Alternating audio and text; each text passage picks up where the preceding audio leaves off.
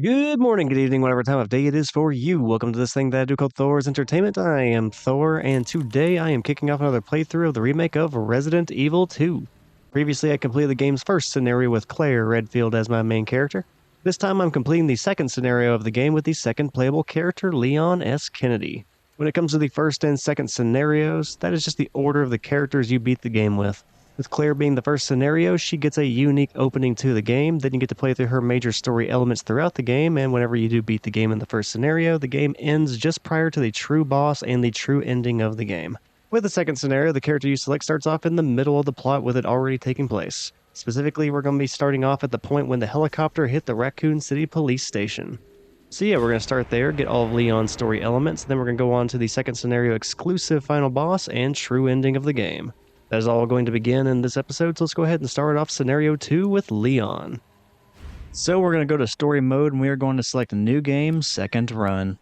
And that's going to be our second scenario. And we are going to be selecting Leonskennedy, the character that we have not played yet. And his description reads, after a few days of radio silence from his new post, Leonskennedy drives to Raccoon City to scope things out. Unbeknownst to him, a nightmare awaits. And even though we're not picking Claire, I'll go ahead and read hers too. Claire Redfield, a different nightmare awaits Claire Redfield, who is unaware of just how drastically her own very ordinary life is about to change. Which I think these are the exact same descriptions that you get whenever you just pick the standard story mode, but just in case you're just now tuning in, that's what the descriptions are. But yeah, we're going to pick Leon, we're going to select the hardcore difficulty, and while the opening cutscene loads, I'll go ahead and narrate the last description that it gives us. Raccoon City, an industrial city in the heart of America, and the one Leonskennedy was assigned to protect and serve. As he drives towards his place of employment, the dim lights of a gas station catch the rookie cop's eye. He casually decides to make one final pit stop and stumbles headfirst into a terrifying new reality. And I'm going to stop talking for a little while just to let the opening cutscene run because I do not talk during cutscenes.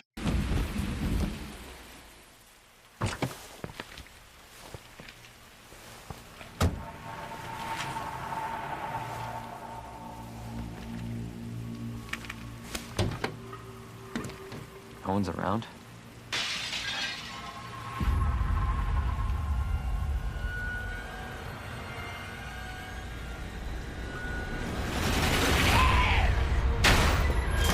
No! Don't shoot! Get down! Come on!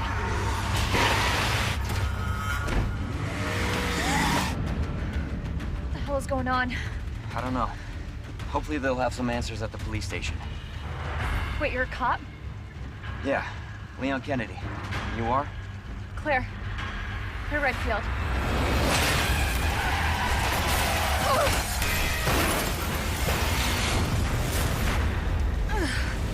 Claire, you okay? Yeah! I'm alright! How about you? Can't stay here, it's not safe! Go on ahead! I'll meet you at the station! I'll be there!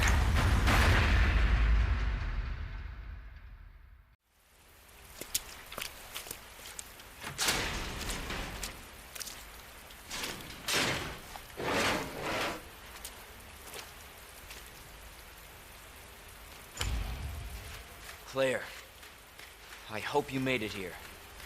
And now Scenario 2 begins. And regardless of which character you select for Scenario 2, it begins the same way. We completely skip the whole gas station opening, and we jump all the way to the point right before the helicopter hits the Raccoon City police station. And there's that helicopter crash. And from here we take our Scenario 2 character to the gate, and we get to see that moment where Claire and Leon were talking on opposite sides of the police station gate. Only now we're going to get to experience it from the other character's perspective whenever the zombies start to swarm the outside of the station.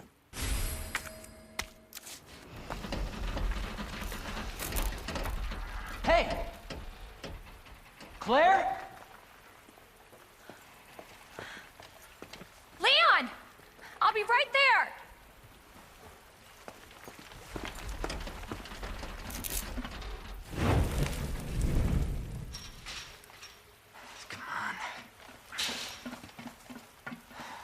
Leon, we really gotta stop meeting like this.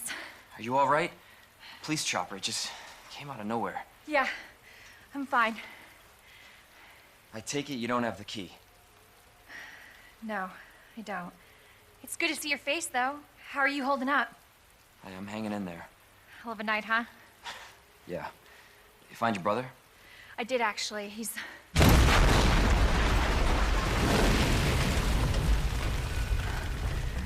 Just when you think it can't get any worse. Leon, you should get going. Don't worry about me. Just get yourself to safety. No, Leon, seriously, they're getting through the fence. Please, just go. We're gonna make it. Both of us. So as soon as you regain control of your character, run to the right immediately. Continue running in that direction and aim for the right side of the fence opening. If you're towards the middle or towards the left, the zombie that starts waking up right at that same area is going to attack you. And since we're on hardcore difficulty and you don't really have any healing items yet, that's a really bad situation to be in. But yeah, only having a red herb, blue herb, and the bolt cutters, not a great position to be in if you were already taking damage. And on top of following those exact steps to get away from the zombies pain-free, don't waste any ammunition on those zombies. It's not worth it because there's going to be a much better option waiting for us in this room that we accessed after cutting the chains on the door. And that better option is going to be the hand grenade. With the exception of one zombie on some occasions, pretty much all the others are going to cluster into one area. So whenever we put on our uniform and leave this guard shack, we are going to go to that cluster, use the grenade, and take out all the zombies in that area. Not exactly how I pictured breaking this in. After using the grenade on the zombies, we should have a clear path all the way back to the station gate. Only now, after having looked around the guard shack and found a key, we can finally access the police station. Now, I mentioned that one zombie does not like to cooperate and hang out in the cluster like everybody else. So I'm going to be slow to exit the shack and see if he's outside the door, and yes, he is going to be.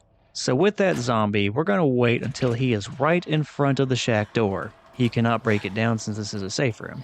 And once he is in front of that door, you just want to open it. And that should push the zombie directly behind the door, creating a buffer between you and it. So you can just run in the opposite direction towards that cluster and towards the gate, and that zombie's not going to be able to recover from the door being in his face in time to attack you. And then you just run up to that cluster and do the grenade plan and you're good to go. No ammo wasted and no healing is needed. Oh, and I did not mention this earlier, but we also picked up a new weapon within that guard shack. It's another handgun, but this one is going to be 45 caliber instead of 9mm. That is one difference between scenario 1 and 2. This is not how I imagined my first day. Regardless of the character that you choose for scenario 2, they're both going to get their own variation of a 45 caliber handgun. With Claire it's a revolver, and with Leon it's going to be a magazine-fed handgun. And that does add a minor challenge when it comes to the accumulation of ammunition, because there's no gunpowder combination that's going to give you 45 caliber rounds. But all the 9mm rounds that you would have found throughout the police station, the sewers, and everywhere else, those are now replaced with 45 caliber rounds. So with the introduction of a new ammo type, both the 45 and the 9mm ammo are going to be more scarce than it would be if you were just using 9mm, like how we were in scenario 1. And okay, I just waited for the fiery zombies from the helicopter crash to walk by, and there was enough space between me and them that I could walk into that hallway briefly enough to pick up the green herb that was on the windowsill. And with that, I have myself a green, red, blue herb combination right from the start. Now, as I enter the first floor of the police station, I make a routing mistake. What I do is go directly to the east side offices, cut the chains on that door, and enter it, but what I should have done was go to the shutter door immediately to the right as you enter that first floor area, and that's going to be the same shutter door that we saw Officer Elliot Edwards get cut in half at. Only unlike in scenario 1, that shutter door is now open. And with Leon, we would need to go through that hallway all the way to the break room that's also a safe room, and we need to grab a fuse that is in that safe room. Then ideally we would backtrack to the office area, pick up the handle that we need in that area, and then run through the double doors to the fuse box that we know is missing a fuse from the first scenario, put the fuse we just picked up in that fuse box, and then the shutter door would open and allow us to enter the entrance hall for the police station. But instead I went for the handle first, which means I'm going to hit a lot more opposition from zombies than I would have if I took the ideal route. Or at least that's potentially the case, because I also potentially could lure all the zombies into this east side office area, and then whenever I backtrack to get the fuse and then go back through the hallway, the bloody hallway of doom, The zombies should still be in the office area instead of the hallway, and I should have a clear shot all the way to the fuse box. That's if they cooperate, of course, and they don't break down the door to come after me and then re-enter the hallway. So I could have done this the easy way, I didn't, but it could still work out and still end up being kind of easy. But now we are back on track and heading in the right direction. I ended up running into the cut-in-half zombie version of Officer Elliot Edward, and we shot him in the head a few times. We pulled a combat knife out of the wall, and we're heading to that safe room to pick up the fuse, as well as a few other side items that might be useful to us, to include some ammunition. Outside of and within the safe room, you should find shotgun shells, magnum ammo, 45 caliber ammo, and a blue herb. Oh, and some high-grade gunpowder, all of which are going to be pretty useful. Especially because during the beginning stages of Scenario 2, you're going to be kind of limited on usable ammo. Like shotgun and magnum ammo is nice, but we don't have those weapons yet. So we're really just trying to make the most of the 45 caliber and 9mm ammunition. And there's not a lot of it, so it's pretty easy to run out. So making sure you do not overdo it with the ammunition early on is going to be kind of important. So now that we have the fuse, I have a little bit of a short to-do list. One, I'm going to return back to Officer Elliot Edward, and, well, I highly doubt that the few headshots I landed on him were enough to put him down for good, so we're going to do him a favor and go ahead and take out his zombie form. After that, we're going to try and get through the bloody hallway of doom without any of the zombies breaking out of the office area and then causing us some problems. Hopefully there are no more zombies in that hallway. And if everything goes according to plan, we'll pick up the first aid spray in the bathroom, we'll pick up the extra ammunition in the press room, and then we'll circle all the way around to the fuse box, put the fuse in that box, open up the shutter door, and go check out the entrance hall. And we'll go ahead and see what the difference is between Scenario 1 and 2 when it comes to Marvin. And I really don't want to waste any ammunition on Elliot, so I'm just going to resort to using the combat knife on him. And that should be enough to take him down. I mean, after all, he's only half the man I am. And alright, it's time to enter the bloody hallway of doom and see what we can find. We're going to take a quick look around, see if there are any zombies in the immediate area. And as long as everything is clear, we'll go to the bathroom and pick up the first aid spray and then continue on our way. And yeah, everything looked good in the hallway, so we picked up the first aid spray. There's really nothing different about the bathroom area, same item. And all that's left is to go pick up the ammunition from the press room, and then we should be good to get out of here. Actually, since the zombies have already broken out of that closet, and since they don't seem to be in the hallway anymore, we should be able to get to that closet as well and take out the ammunition that's in there. So we'll detour and do that as long as the hallway is clear. And yeah, the hallway looks good. Despite my early routing mistake, it seems to have really worked out for me because there are no threats here in this hallway anymore, and that means I should be able to travel through here pretty freely and without any threat going forward. I don't normally go through this area more than once since there are normally zombies in here, but hey, I like options. And alright, now we're opening the shutter door, and hello, Lieutenant Branna, I have showed up for work. Not exactly the warm welcome I was expecting. Hello? Is anybody here? So that is a bit of a bummer. Unless you play Scenario 1, you're not going to get to hang out with Marvin at all. And instead, in Scenario 2, we just get greeted by a bunch of zombies in the entrance hall that we need to clear out, so this is a safe area for us going forward. One of those zombies, of course, being Lieutenant Marvin Branna. So yeah, if you play Scenario 2 with Leon, he never gets to know the person that should have been his supervisor, which is too bad. He seemed like a pretty cool guy. Actually, now that I'm thinking about it, if you use Leon in Scenario 2, he also does not meet Elliot before he dies. And regardless of the scenario, if you choose Leon, you never meet Chief Irons. And I believe those are the only 3 police officers that you meet in this game besides Leon himself.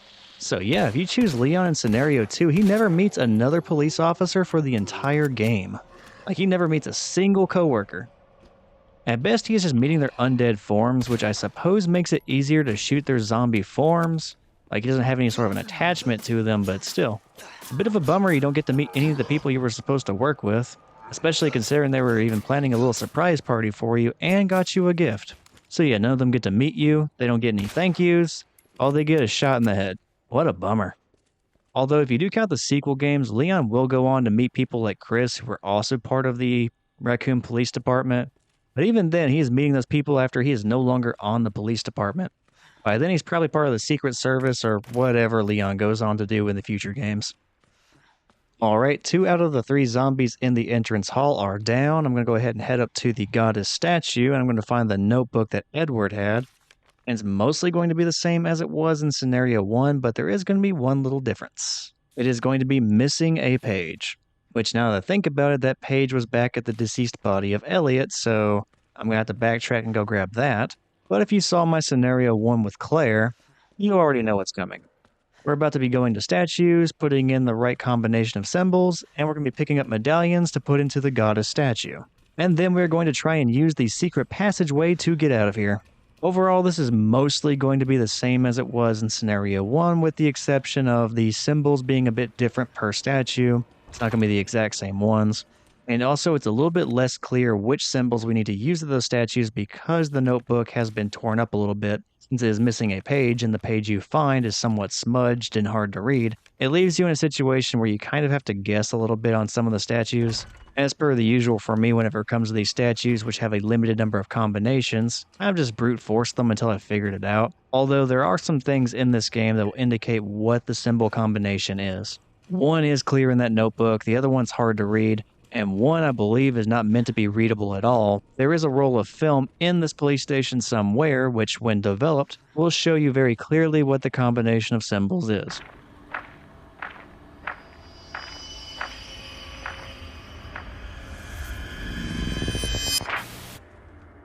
Something tells me he's not a cop. So yeah, there's plenty of things in here to help you figure it out if you don't feel like brute forcing the statues. And I will of course be solving the statues and showing you what the combination of symbols should be. Oh yeah, zombie number 3 in the entrance hall, we still have to deal with that. And the reason for my emphasis on clearing out the entrance hall of the police station is kind of similar to my rationale in the previous playthrough with Claire, whenever it came to the library area. I know eventually I'm going to have to deal with Mr. X. I mean, we just saw a recording of him from one of the cameras, and that would seem to indicate that we're going to be dealing with him even sooner than previously with Claire in scenario 1. So with that in mind, we need to make sure that we're clearing out the frequently trafficked areas, that way the zombies there cannot interfere with us whenever Mr. X is chasing after us. Well crap, I did not want to use the knife defensively like that so soon. It kind of eats away at its durability way too much, so that's going to be one less knife I have available for the first William fight. But yeah, I am preparing for eventually running from Mr. X. And yeah, the entrance hall is certainly an area I want clear so I can travel through here very easily and not have to worry about too much whenever he's going to be right behind us. And yeah, we're going to be doing the same thing with the library again here as well whenever we do get to that area. And even though the lion statue portion of the notebook and the separated page from the notebook is completely smudged out and we can't see what symbols are beneath it, I already know what those symbols are, so I'm going to go ahead and solve the statue puzzle. Then I'm going to get the medallion from it and go ahead and use that at the main statue for the secret passageway. I will eventually show where you can find that combination within the police station, just in case you didn't already know it. But the combination of symbols is going to be crown, fire, dove. And with the first medallion knocked out and with all the zombies cleared out of the entrance hall, it's time to go investigate more of the police station.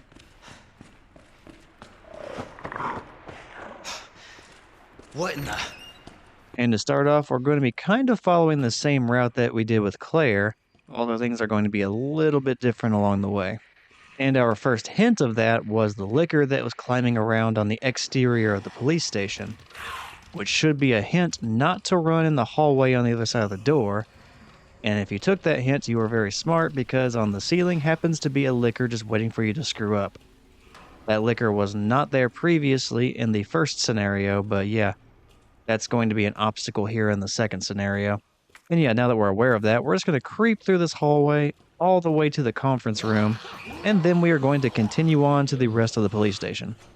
Now, within the conference room is where I make my first major mistake of this playthrough. And that's because I was kind of thinking about this the same way I was thinking about scenario 1. In scenario 1, you have to go through the broken window to continue on to the rest of the police station. But here in scenario 2, we get the bolt cutters way earlier in the game. And since we have those, we don't have to go through that window. Instead, what I should be doing is breaking the chain on the door in the conference room, then going into that back room, picking up the detonator, and then unlocking the hallway door so I do not have to use that broken window. And then I can freely go between the conference room and the hallway for the rest of the game. But instead, I crawl through the window, Hallway door is still locked, and if I want to get back to the conference room again, I have to go through the liquor hallway again, which is not ideal later on in the game. It just massively wastes time backtracking to that area when I've already passed through there and I could have done it the first time around. And I did not realize that mistake, and I don't believe I realized that mistake for a while. But just know I made things harder on myself because I forgot which scenario this is, and I forgot that I have the bolt cutters in my inventory. And alright, we're back in the evidence room, which remains mostly unchanged from the time that we were in here with Claire. All the same locker numbers have items in them. The 2 keys are still missing from the keypad to start things off, and we have to go find replacements. Really, the only difference here is locker 109 no longer contains 9mm ammunition. Instead, because this is scenario 2, it contains 45 caliber ammunition.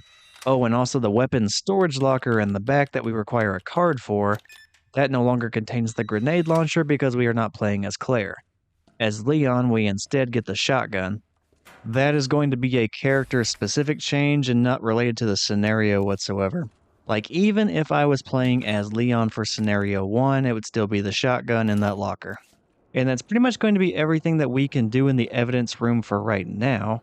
We will eventually return when we find some replacement spare keys that we can use on the keypad, but for right now, that's pretty much going to be it.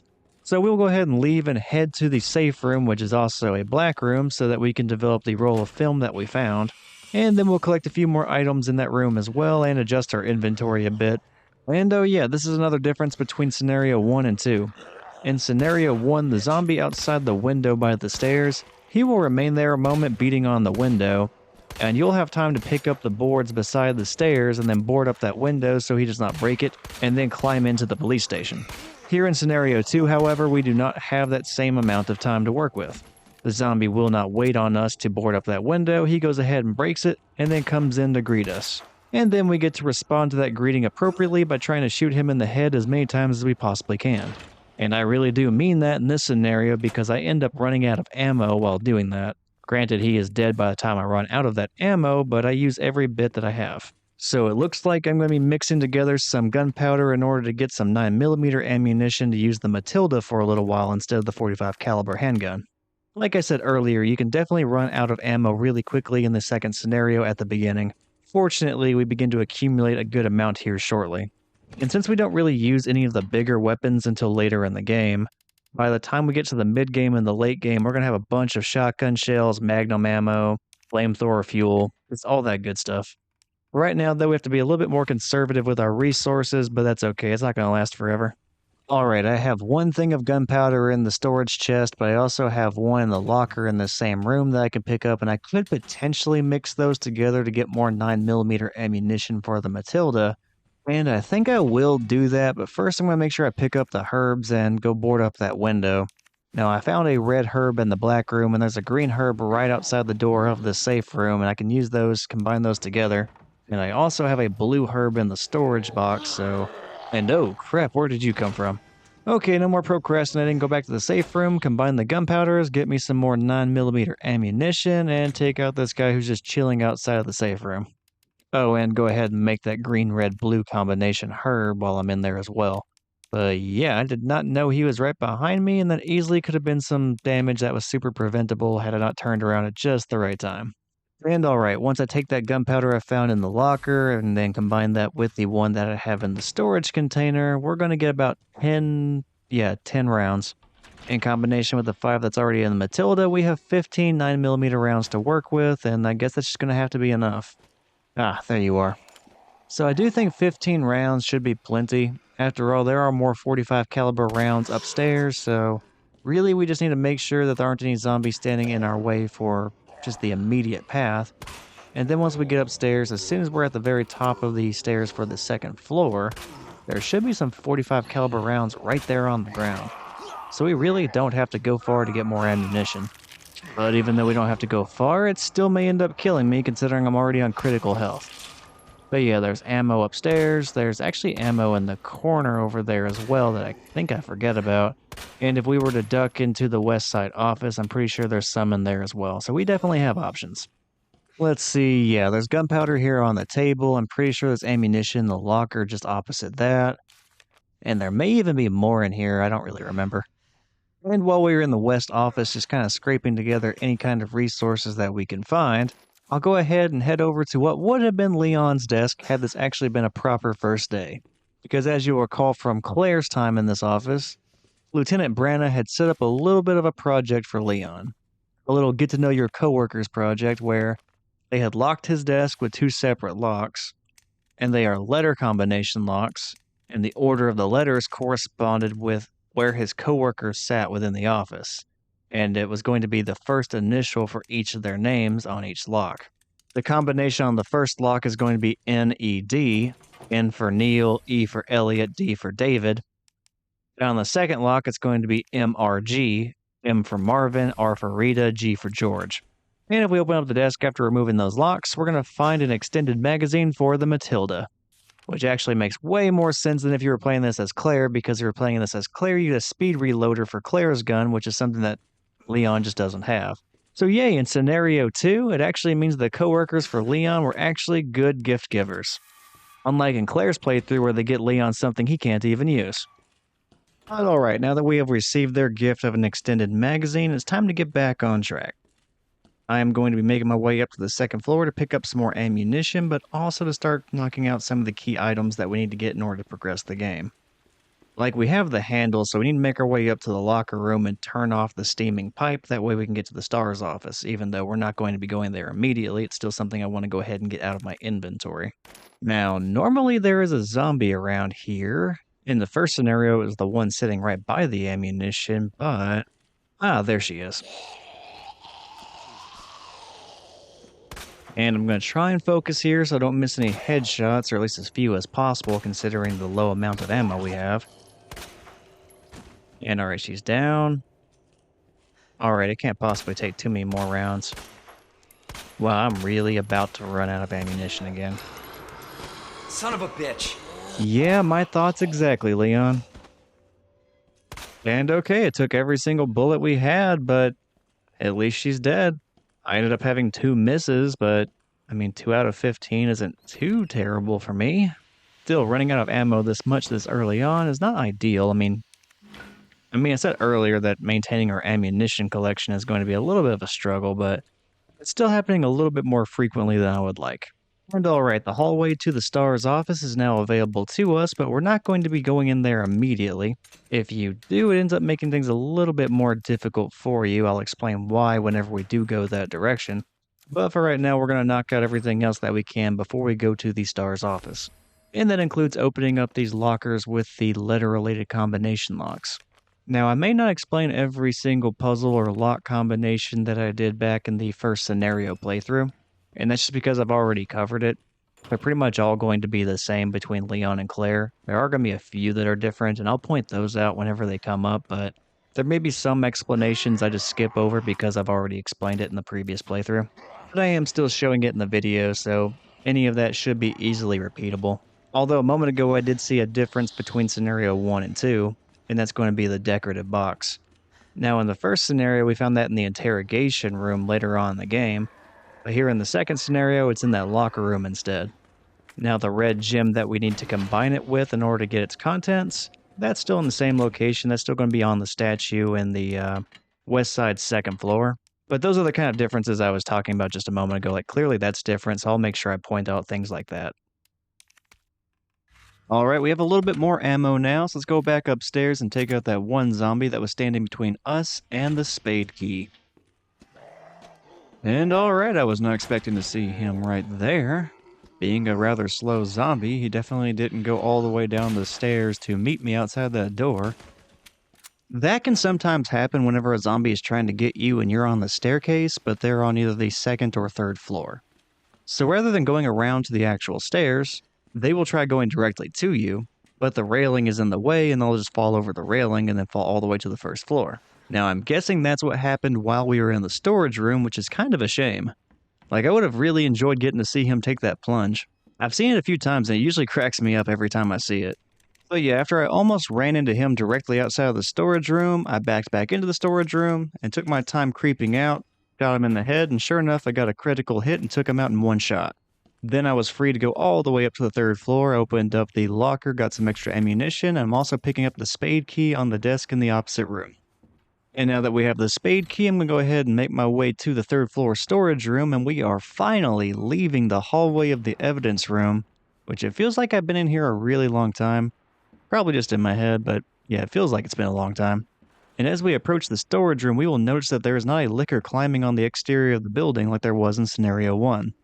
I guess that's because we saw him on the 1st floor and he entered that hallway instead, but you still end up finding the 2 Any Survivors note up here that describes the lickers and also informs you not to try running past them. But with this being Scenario 2, you definitely already know that because you had to play through Scenario 1, so that hint is not as useful here as it was there. Besides the absence of the licker, not too much has changed here on the 3rd floor, like nothing in the storage room is different to my knowledge, with the exception of the 9mm ammo being switched out for 45. So all the steps around here should be the same. We're only briefly going to be in the storage room just to take in the environment. And then we're going to press on to the library and we're going to start clearing it out like we did in Scenario 1. Now I only have 12 bullets at the moment, so taking out the 2 required zombies in the library, I might get one of them. I don't think I'm going to get both, but we will see what happens and I'll just go ahead and get that process started. I mentioned it back in Scenario 1, but I'll talk about it here as well. There are 3 zombies in this library. One of them is eating somebody, one of them is walking around, and one of them is just sitting down on the ground kind of unconscious. I'm definitely going to be taking out the one that's walking around because it's immediately going to go after you the moment that you go down to the library. And then I also want to take out the one that's unconscious because he's not going to stay that way forever. Although I'm going to leave the one that's eating somebody because as long as you do not use the ladder in the library, he is just going to continue to enjoy his meal and ignore you. I mean, if you walk right up on him, he might also get aggravated and go after you, but other than that, if you just keep a little bit of a distance, he is never going to be a problem. Well, there is one other condition where you can aggravate him. If you try using the walkway to reach the 3rd floor of the entrance hall, there is a part of that walkway that is unstable and you will break through it. And if you do break through it, he stops eating his meal and goes after you. So avoid that until maybe the last possible moment whenever you're being chased by Mr. X. That collapsing walkway can be handy for that situation because it allows you to very quickly go from that walkway to the actual library floor, and then you can bail out the door to the 2nd floor of the entrance hall and then head whatever direction you need to go. If I know Mr. X is nearby me after doing the clock tower stuff, I will generally take that path and just go crashing through that walkway. If timed right, it gives you some pretty good separation away from Mr. X. And I didn't really mention it while it was happening, but I did manage to take out both of my required zombies in the library. The 12 rounds ended up not really mattering a whole lot because I ended up defeating both of them with critical shots. Which, come to think of it, I also took out the zombie that fell down the stairs with a critical shot too, so that's 3 zombies in a row that I've basically made their heads explode. That's probably where the streak is going to end, but I'm going to love it if that continues and we get even more. And while we are in the library, I'll go ahead and get the unicorn medallion. If you were to look at the notebook and its separated page, I believe the unicorn symbols are slightly smudged. You can kind of see them, but I don't think you get to see all of them. So that will require some guesswork whenever it comes to completing those symbols, but it's mostly there, just kind of hard to see. I already kind of know it by memory, so it was not a problem for me, but yeah, just know that you might have to guess and try a few times before you figure it out. Then again, if you're watching this, you just saw it and you can just copy me. So either one works. Alright, time to restock on some ammo and... Oh, right, my inventory is full. Alright, change of plans. Let's go ahead and drop off the unicorn medallion and also go ahead and use the spade key as much as needed to discard it, and then we should be good to address our ammo situation. Actually, an even more slightly change of plan. Because we have the spade key, we now have access to the art room as well where the statue is, which means I can access the key card for the evidence locker, which has the shotgun in it, but also get the red gem that we already have the box for, so we can get the badge and we can potentially get the magnum not too long after that. So okay, yeah. With the spade key, we're about to no longer have any more ammo conservation issues. We should have a wide variety of weapons and not have to really deal with that anymore, which is awesome. Granted, I would love to save the shotgun and the magnum for boss battles, but adding those to the rotation with the 45 and the 9mm pistols, we really shouldn't have any more ammo problems. And for a moment, I consider picking up that green herb, but I only have 1 available inventory space, and I need that for the key card and also for the red gem that we're going to be getting from the statue, so I elect to leave that behind and address that later. Although the indecisiveness regarding that green herb do not end with that first interaction. Oddly enough, that green herb probably causes more inconsistency and sloppy gameplay from me throughout this entire playthrough than anything else. Granted, I don't remember everything about this playthrough, so I may have done worse things and I don't remember it at the moment, but I do recall my consideration of that green herb causing me to make some dumb decisions later on, but I'll address that when we get there. And I did manage to make it to the art room without there being any trouble. I did check both sides of that hallway just in case any of the fiery zombies had stuck around. I don't know when exactly they despawn, but I do recall on some occasions running directly into them thinking that the hallway was safe when in fact they were standing on the other side of the door. And within the art room there is going to be a slight change, but you'll see that for yourself here in just a moment.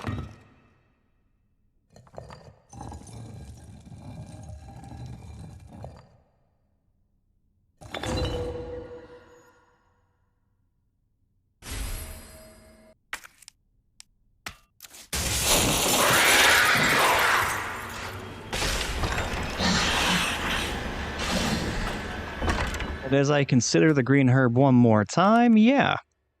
In scenario 2, a licker crashes through the glass ceiling and tries to attack you immediately after getting the scepter with the red gem in it. Which, I mean, fair enough. That seems like a reasonable trade-off for being able to get the magnum before the very first boss, unlike in the first scenario. Like, that is a pretty powerful weapon to get really early in the playthrough, so putting some sort of a threat between you and it was probably a good idea. And fortunately, I was able to get out of the art room and away from the licker without taking any damage. Adding that on top of the critical hits I kept getting on the zombies earlier, and it feels like my luck is pretty good this playthrough. But on top of just making getting the magnum a little bit more risky for you this early in the game, I do like the inclusion of the licker in scenario 2 because you definitely have a false sense of security from scenario 1 when there are no threats in that room. So if it is your first time playing scenario 2, and you have that false sense of security, you're in for a pretty drastic jump scare whenever that licker shows up. So I do like its inclusion, and it makes for a really good oh shit moment. And speaking of lickers, we are now trying to sneak by one in one of the first hallways we entered in the game. Lickers can hear us running around, but apparently that one cannot hear us hammering nails through boards in order to board up that window. Don't think about that one too hard. Now, it may have been when I was in the third floor storage room checking everything out, or it may have been another time, but eventually I realized I had made a mistake earlier in the game. I went through that broken window in the conference room when I should have used the bolt cutters to break the chain on the door to enter the back room, and because I did not do that earlier, I do not have the detonator necessary to take down that gate door in the third floor storage room. So that last statue is inaccessible to us. Now granted, I still have to get the battery as well from the STARS office, but like I mentioned earlier, I want that to basically be the very last thing I do out of all the available things I can do right now. So I'm going to correct that mistake and get the detonator, and then also I'll make a pit stop by the evidence room lockers and get the shotgun and shotgun shells in there. And at that point, I believe that is all I am going to be needing to do as far as the accumulation of items goes. And then we can progress on to the last thing, which is going to that STARS office and kicking off the next sequence of events. And just before we go get the shotgun, I am going to do a little bit of inventory management using the storage box. And I guess on that note, I understand that there's a decent amount of time in these games that are kind of burnt on these storage boxes and just inventory management in general. And I debated doing the same thing here that I did for Chris's playthrough back in the Resident Evil 1 remake. And what I'm referring to is with Chris's playthrough specifically in that previous game, I completely cut out all the inventory management when it came to just the storage boxes. Because I realized that there was just a lot of time being wasted on me cycling through items, and it would make the videos a little bit shorter. And get back to the point of the game, the action, the finding of key items, and actually performing steps to progress the game. And I thought it over, I wondered if I wanted to do the same thing for this playthrough here in Resident Evil 2 for Claire and Leon, especially Leon since he was going second. And I decided against it, and I don't know if that was the right call or not, even as I'm voicing this over right now. But my reasoning for it was I did kind of want to show the inventory management at the buckets because that does influence the steps you take in the game, how much room you have in your inventory, what items you've already collected, all that good stuff.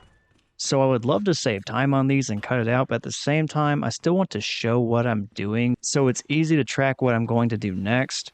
And also, if anyone wanted to do the exact same things as me, all the steps are pretty easily repeatable because you see the entire management of items from the moment I pick them up to the moment I get rid of them, if I ever get rid of them. So yeah, I decided to keep it in. Still don't know if that was the right call or not, but it does lead to moments like this where I kind of have to talk my way through the inventory management because you already know what I'm doing. I tend to explain it before I get to the storage boxes. Like I said that I was going to go get the shotgun and the shotgun shells from the evidence locker, but I also still needed room in my inventory for whenever I went to the STARS office, so I was just trying to drop off as many items as I could to make room for all the new stuff. And after all of that explaining, I finally have the shotgun, and now it's time to progress on to the STARS office finally. And after that, I just have to collect a few more items, and then it's time for the first boss battle of the game. And wait a minute, was that the Mona Lisa? No, it was not. Although it looked like it as I was running by. In fact, I don't think I've really ever taken the time to really look at the pictures on the wall when going through here. Anyway, sorry, sidetrack there. So yeah, I'm going to be going up to the STARS office, then I'm going to make a few rounds to pick up some remaining items that we have left. I can't imagine there are too many after all that I've already picked up, but there are still a few at least. And then it's time to face off against the first boss of the game, which is going to be the same first boss we faced as Claire, but still. It should be a little bit more challenging for Leon because I've absolutely sucked at collecting knives. In fact, I believe for Leon there are only 2 combat knives you can collect up to this point, and that's because I don't have access to the spare keys for the storage lockers, so I can't get the one that's in there. So there's only the one that's in the wall next to where we found Officer Elliot Edward. And then there's one other in the library, which I still need to pick up. So add that to the amount of items that I have to go ahead and collect after the STARS office. Because I had to use that very first combat knife defensively earlier in this playthrough, so that broke it. Which means the knife in the library is going to be the only combat knife I have for that boss battle, which the knives are kind of important and useful for that fight. So this actually might be a little bit challenging. This should be fun. Oh, and before we pick up the Magnum in the weapons locker, there is a memo that was left behind for Leon to pick up, and it's actually from Claire, because she's already been here. It says, "Leon, I hope you find this. The station's done. Get out of here ASAP. Don't worry about me, I'll be alright. And don't stress about my brother either. Just focus on getting yourself out of here alive. Signed, Claire." So that's noteworthy because whenever it's your second playthrough, the second scenario for either of the characters, you're going to find notes from the first character left behind in the exact same places, just depending on who you're playing as. Like for instance, if I started off as Leon and oh wait, hold that thought. Whenever you leave the STARS office, do not run directly towards the library or you're going to find yourself running directly into Mr. X. Instead, go for the staircase like I am through the locker room. This does not happen in scenario 1. So unlike Claire, who does not encounter Mr. X until the helicopter scene after the first boss battle, Leon here in the second scenario is going to be encountering Mr. X much sooner before the boss battle right outside of the STARS office. So now I have to book it everywhere I need to go from this point forward because Mr. X is going to be following me, and that's why very specifically I wanted to pick up all of those items in advance so I wouldn't have to worry about doing it with Mr. X following me. Which I realized because of the route that I took, you never did get to see Mr. X. So I made sure to stop talking there for a moment so you could hear his footsteps and his music playing, indicating that he is directly behind Leon, basically. Just not far behind at all. But while we are here at the safe, and I happen to have the safe combination from the document in the STARS office, I'm going to go ahead and pick up that hip pouch and then continue on my way. Anyway, I was explaining how the first scenario characters always leave notes behind for the second character in the exact same spots. Like for instance, if I started off by playing as Leon, and the second scenario was Claire, I would be finding a note from Leon in the STARS office instead. Now, there are little variances in the notes left behind to the opposite character, but it's mostly the same stuff. Like, if the note was from Leon, it's basically the same thing. He's just encouraging Claire to get out of the police station and hoping that she's okay. So even though there are a little bit of differences between the two documents, I'm only going to be showing the ones from Claire that are related to this second playthrough with Leon, because they're pretty much going to cover the exact same ground. I think the only real big differences between the two is later on Claire mentions that she found Sherry, and maybe she warns Leon about Umbrella. But if it was from Leon, I think he very specifically warns Claire about Umbrella. But other than that, it's a bunch of "I hope you're doing okays and try to get out of this" locations. So I end up doing something I believe is a mistake here. Whenever approaching the storage room, I heard Mr. X's music playing in the background, so I assumed he was really close. So whenever I put the detonator on the door, normally I would run through the library door and then hold the library door open in the direction of the storage room so that the bookcase does not fall over. I don't do that here because I was worried I was going to be running directly into Mr. X on the other side of that door in the library. But as I'm reflecting back on this, I don't know if that actually would have been the case, and it probably would have been safer just to go ahead and go through that door, keep the bookcase from falling over, and then I would have a very quick route to escape to. Especially because, unlike in the first scenario, whenever you pick up the medallion and get out of that cell, you do not run into a licker. Instead, Mr. X shows up and starts charging you. Speaking of which, where are you? And this is where I say I think I made a mistake, but I don't know. Because normally Mr. X is right here to cut you off the moment you leave the cell, but this time around he wasn't. And I have no idea why, although, because the bookcase fell over, I'm wondering if he was actually in the library, but then could not go through the door because the bookcase fell over. So he started to reroute and maybe find another way to the storage room. So my mistake may have actually made this a little bit easier because I didn't immediately have to deal with Mr. X. I don't know if that's the case or not, but that's the only thing that's really coming to mind because every other time that I have done this and ran out of that cell with the last medallion, Mr. X was always right there. So I made a mistake, but I don't know if it was actually a mistake. I mean, I will take it. Who am I to deny stumbling backwards and somehow finding myself in a better situation? Although because of that, I do need to kind of keep my head on a swivel because I have no idea where Mr. X is. He could show up at pretty much any moment, which is not ideal, and sometimes his music and footsteps will give him away, but I have found some cases where they don't really tip you off until he's right in front of you. So hopefully I have plenty of notice, but we will see what happens.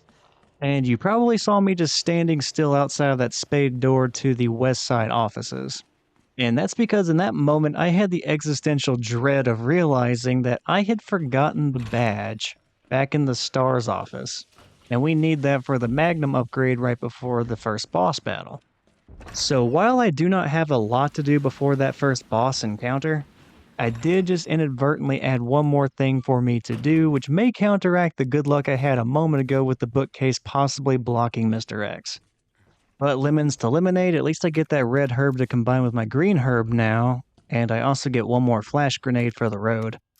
So as it stands, we need to pick up a roll of film, we need to pick up the combat knife, and we need to go get the badge back from the STARS office, and I should probably pick up some healing items along the way, just in case I need those for either Mr. X or the first boss battle.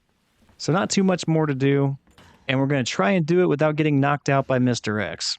Which now that I think about it, even though we have heard him a couple of times throughout our routes, we still have not seen Mr. X at all since he was first introduced outside of that STARS office. Not counting the cutscene at the laptop at the beginning of the game. So far it has only been footsteps and music. Jesus Christ! Never mind, there he is. So there is a Mr. X in your path, rerouting. And I guess this gives us an opportunity to go ahead and pick up that roll of film. Oh wait, I already have the roll of film. Well, I guess this gives us the opportunity to develop that film. And I am very purposely waiting till the last possible moment to pick up that knife because I do not want to be put in a situation where I inadvertently use it as a defensive item or something like that. I really want that for the boss battle. So yeah, now we are down to developing the film, picking up the knife, and getting some healing items. Now I'm hoping by going to develop the film in a safe room, being in that safe room where Mr. X cannot go will cause him to relocate and reset his location. And the reason I'm hoping for that is maybe I'll have a clear path going back the way we just came so that I can pick up that knife without any sort of opposition. I don't know if it's going to work out that way, but that is what I am hoping for. And whenever it comes to the film being developed, it produces a picture that's going to be of the symbols for the lion statue.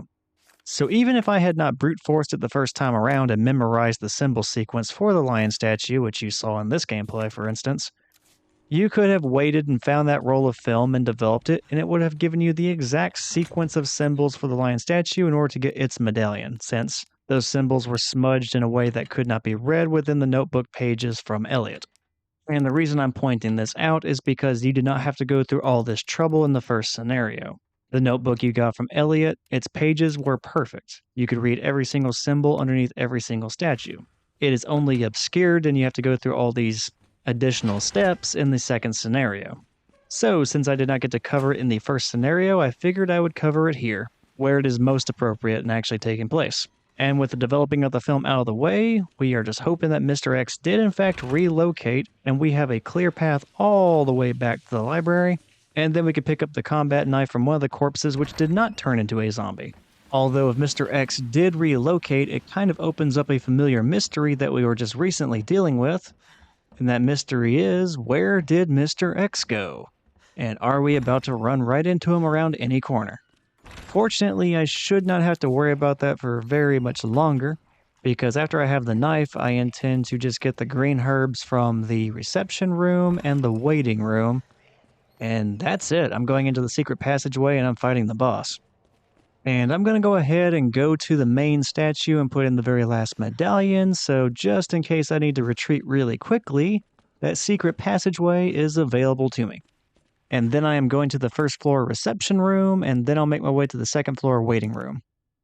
Actually, now that I'm thinking about it, did I already get the green herb from the first floor reception room? I mean, I'll check, but I might have already done that. And I did take a moment to think it over, even going into the secret passageway and going to pick up the shotgun shells and positing those as I was doing so, and I could not conclusively remember whether or not I picked up the green herb, so I eventually just committed to going back out there and going to check the first floor, and then also commit to going to the second floor and getting the green herb, but it was not a very strong commitment, because here is where I end up making the final mistake related to that second floor green herb that I keep contemplating whether or not I want it or don't want it in those moments. This is a case where I did not need that green herb. I had plenty of healing items already in the storage chest, and then I get completely caught off guard as I am going to check the first floor reception room, because out of freaking nowhere, Mr. X shows up right beside me and takes a swing at me, and he misses by a wide margin, but it makes me nervous enough to where I just throw the flash grenade to stun him, guaranteeing I'm able to retreat to the secret passageway. So 1, I did already have the herb from that first floor. 2, I had already evaded Mr. X after he swung, so I didn't need to throw the flash grenade at the very end either. I could just run right back in the secret passageway. I just overreacted. And then 3, I did not need the green herb on the second floor anyway, which was the main reason I left the secret passageway to begin with, and I'm just like, wow, that was really sloppy and wasting resources, and just go fight the boss. Just go fight the boss. So there you have it. The final time, considering whether or not to pick up that green herb in the waiting room, caused me problems. But as I am unlocking this little storage case down here in the basement area with the badge and getting the extra part for the Magnum, I cannot help but wonder where exactly did Mr. X come from, because whenever I was going that direction, I did not see anything by the front door to the police station. But yet that's exactly where he showed up, and you could just barely see him in the field of view. Like, I think his jacket just barely grazes the screen. It freaked me out. And fortunately, I am editing this footage and I can go back and check. And it turns out that Mr. X was doing his very best Bigfoot impression, because all he is a very tiny black silhouette in the background, all out of focus and discreetly in the corner of the room, that in real time I didn't even recognize as a person, thing, tyrant, zombie, whatever the hell he is. Like, it just seemed like a shadow in the distance. Like, it just blended in. And if I had it looking at this photograph, I would be queuing up the X-Files music, because yes, he lives among us. But this is Raccoon City. We are not Sasquatch hunting in Oregon or something like that. Let's go ahead and face off against the very first boss of the game. What the?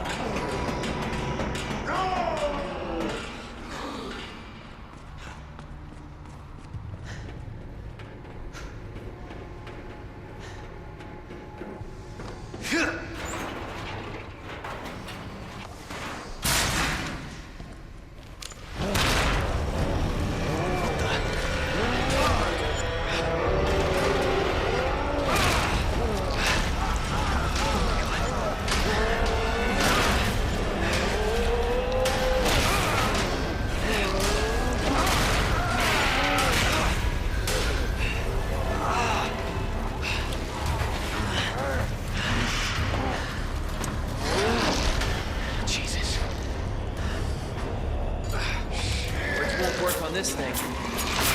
Okay, the game plan here is going to be almost exactly the same as it was for Claire. We're just going to play a game of Shank the William. Only it's not going to go as smoothly for Leon as it did for Claire. That's largely going to come down to the fact that Leon only has one combat knife. And what that means is I don't have any to spare defensively. So whenever William grabs Leon by the face, I can't defensively stab William in his arm eyeball and get away. I have to take the damage because I don't want to lose the knife. So as Leon, I take the first initial stage of damage. I go ahead and use the green, red, blue herb. That way I get a little bit of damage resistance. It makes me more survivable for those future instances whenever William grabs Leon, and I just continue to stab away with the one knife I have, just taking damage left and right and hoping that I outlast William. And it starts to seem like that is going to happen, but then things of course don't go smoothly because the knife begins to get to its breaking point. You will see it here in just a moment in the bottom right-hand corner. In the corner of the screen, the icon for the knife goes from white to red, which means it's about to break. So whenever that does happen, the very next time that William grabs Leon by the face, I finally stab William in his arm eyeball with that knife because I know it's going to break anyway, so I don't really need it going forward. But by that time, I'm already on the orange caution level of health, so things are not looking the greatest for me. I hope only a few bullets will end the fight, but William does manage to get back to his feet and charge me, and it begins to look like I might end up dying here, but fortunately, I do just enough at the last moment and barely survive. It was a very close fight.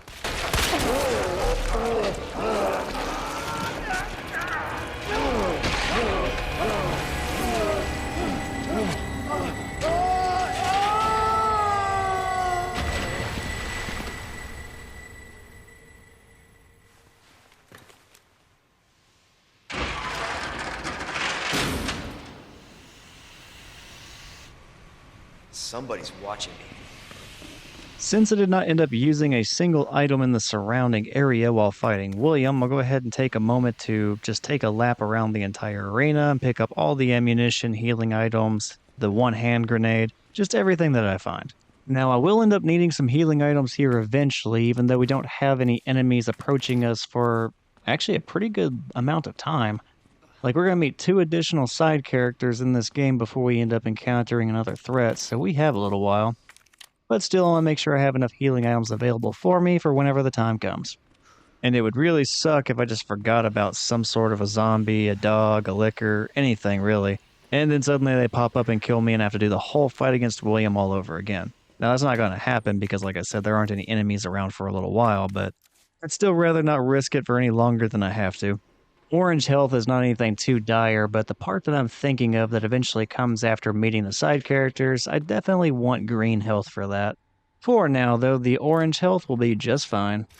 Now, we already know from Claire's playthrough in Scenario 1 that the pathway ahead is going to take us to the parking garage for the police station. Only since we are playing as Leon, the path taken is going to deviate just a little bit. Regardless of the scenario, Claire will always end up in Chief Iron's office and returning to the police station that way. With Leon, however, he is never in Chief Iron's office. It's a part of the game that's never accessible to him. So we're actually going to get to see some new areas of the police station that we did not get to see previously. And also, just like with Claire in this area leading up to the parking garage, is when we finally get introduced to some new characters. For Claire, immediately after the boss fight, we met Sherry. With Leon, whenever we get to the parking garage, well, we finally get to meet his companion character. So I am going to use that as the starting point for the very next episode, and I'll go ahead and wrap this episode up here. So we started the game in this episode, and we covered a decent amount of ground. We began by seeing Leon's side of the interaction with Claire on opposite sides of a locked police gate. Claire had to bail, but we managed to find a key to enter the police station, and we started looking around for her and really anybody else. Unfortunately, there was not anyone left alive in the building. Instead, we got introduced to zombies, lickers, Mr. X, and we conclude the deadly encounters with a fight against the mutated monster version of William Birkin. In the midst of all that, we managed to open up a secret tunnel in an effort to try and find a safe way out of the city, but it is not going to take us out of the city, it's just going to take us to the parking garage. And that is what we'll be checking out in the very next episode. For now, though, thank you for checking out this episode, and I hope you enjoyed it. If you did, feel free to check out some of the other things I have on the Thor's Entertainment channel. I have other Resident Evil related videos, like the first playthrough with Claire here in the Resident Evil 2 remake. I also have playthroughs of the remake of the original Resident Evil as well. And if you feel like checking out something other than Resident Evil, I also have playthroughs of games like the various Mortal Kombat games and Crash Bandicoot. So yeah, feel free to check all that out. For now, though, again, thank you for checking out the video, and take care, and hopefully I will see you next time.